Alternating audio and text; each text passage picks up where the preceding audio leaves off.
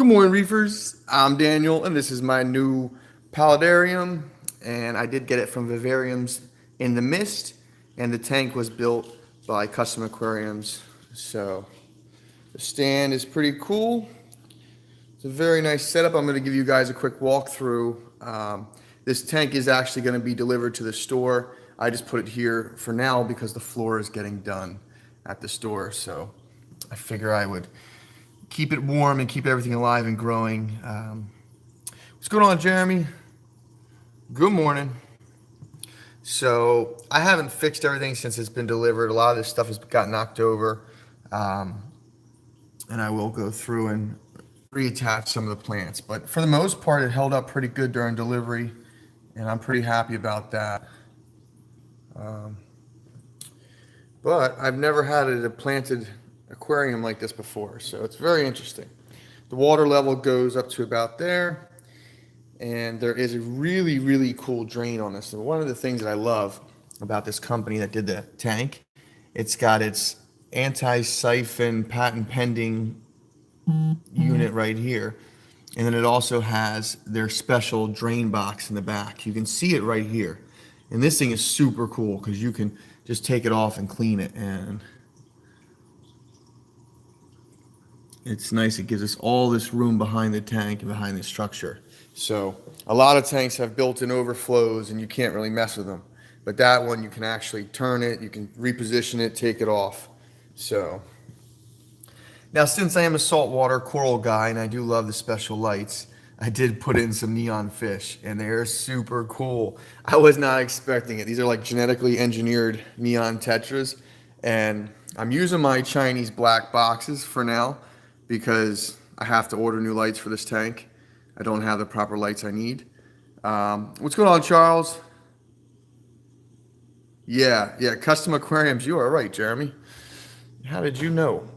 Seamless sumps. So this is the seamless sump system that's under here, and it's really cool because the nice thing about these are it's so contained. You don't really get any salt creep or anything. I really like the recessed lip on there, so that's cool. And then I do have this really awesome Miss King unit. I have no idea how to use it. It did get dropped in the bucket of water during delivery, so it dried off and I plugged it in and it seems to be working, but but there's that. Yeah, this thing pumps out a really cool mist.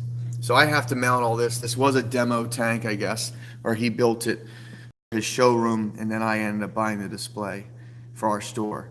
So this guy is a pretty cool aquascaper, Paul, and I'll have to do a video just on his website and his creations and his store, because this is awesome. And this isn't even grown in yet. Once this starts to grow, it's going to look 10 times better. And I love the mist. I wanted to put some frogs in there, some tree frogs. So we'll see what happens with the tree frogs. But it is super cool. So there's my neon tetras. And when I turn off the lights, they glow. Like they pop. Like ridiculous. So I may even get some more of them because that's how cool they are. This is natural daylight and they're glowing. So you imagine under the black lights. They look like little highlighter markers swimming around. So this is the quick breakdown. I will show you guys a little bit more later on. I kind of just wanted to do this just to show you before I start the day. I do have a project I'm working on downstairs, the underwater sand waterfall, which is pretty cool. You know, I'd love to see a roller mat filter in one. That would be really nice. Yeah, those roller mats have me.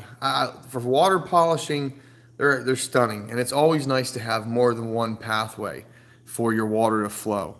So separating a sump into different chambers and even having one for the roller mat and then another one just to go through your biological filtration is cool. So now the water is a little murky because of the sand. I did stir all this up, and I have to clean the glass, but it's just mesmerizing. There's not really much water flow, so it's very peaceful. It's got this great sound of the water running down. I want to put a waterfall in here, honestly, since this is such a beautiful tank. I want to mount a little enclosure off the back and just do a small water flow through here, just to enhance it a little bit. So, but that backscape is ridiculous. The detail that he put into that wall is pretty awesome.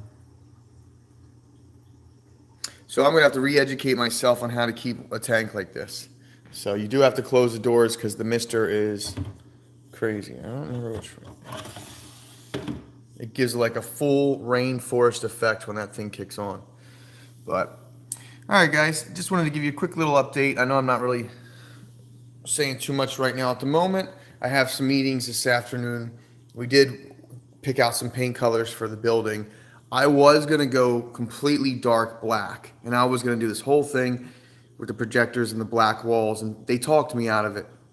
They talked me into doing the walls blue and doing more of a deep ocean effect, like a wide open ocean, instead of doing the black. So I have some lighter colors. At least the store will have a more welcoming feeling instead of that deep dark Reef store that most people have, where it's just the blue lights and the stores are so dark. But all right, I do have a call from New York. I wonder if I can answer it while I'm on here.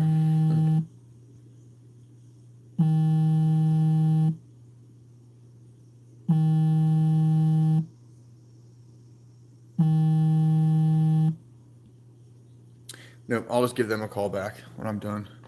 But any questions you guys have about the tank while I'm here, feel free to write it in. This is live. I don't know if you guys enjoy the live videos as much, but I figure I'll start doing a couple. You know, keeps me feeling like I'm getting progress through the YouTube channel, and it gives you a little warm up to the store.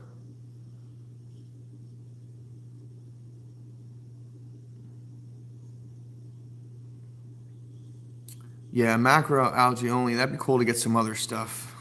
Let me see what you put. Seagrass. Yeah, that would look cool. My problem is every time I have something really cool that I like growing in my tank, the tangs devour it. So you have to be careful. Every ecosystem has to be perfectly matched for its inhabitants. The plant life, the crabs, the snails, everything has to match. Otherwise, you get a trigger in a species-only tank or something, and it's tough to keep. But yep. So there. Oh wow! Look at that. They drained the tank. Okay, they delivered it. There was no water in here at all, and somehow he survived. That's pretty awesome. Well, that's good to know, Jeremy, if the tangs won't touch it.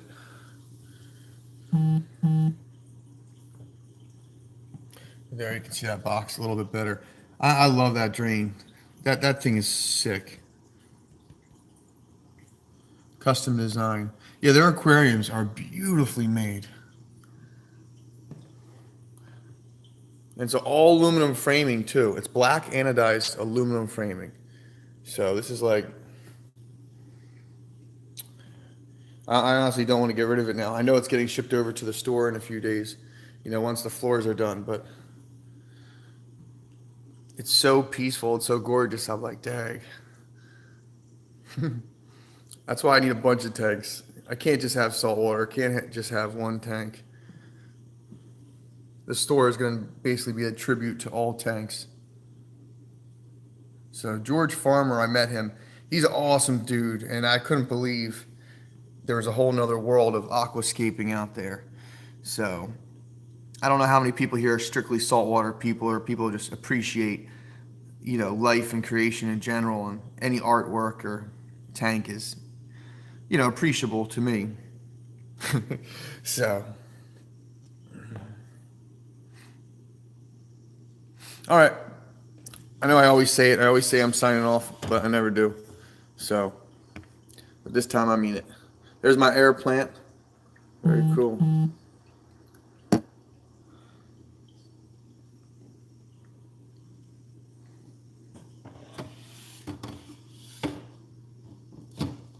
Nope.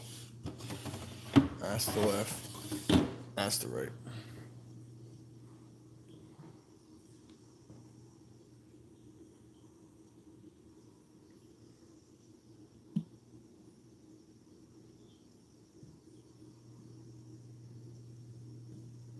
Yeah, yeah, I understand, Charles. It's definitely harder when you're working. So,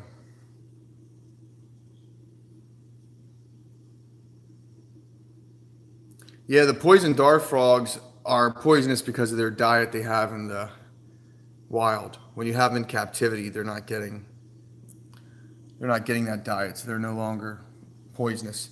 Yeah, the frogs are amazing. A dart frog tank would be awesome. I talked to my buddy. I was going to put a dart frog in here yesterday, but he said I had not enough land. So there's a different type of frog that he said to get. So we're going to work on getting some of them. But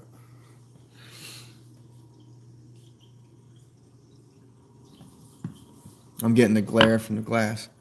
But all right, I'm going to do an update later on this afternoon if I get that sand waterfall system built. I did pick up some acrylic paints.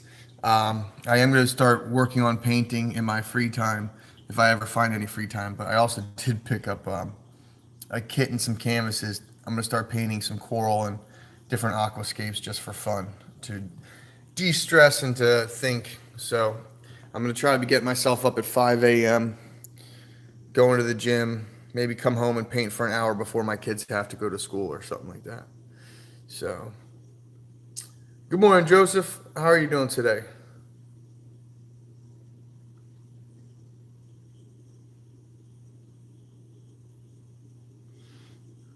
I'll look it up. Yeah, those sand waterfalls are just peaceful.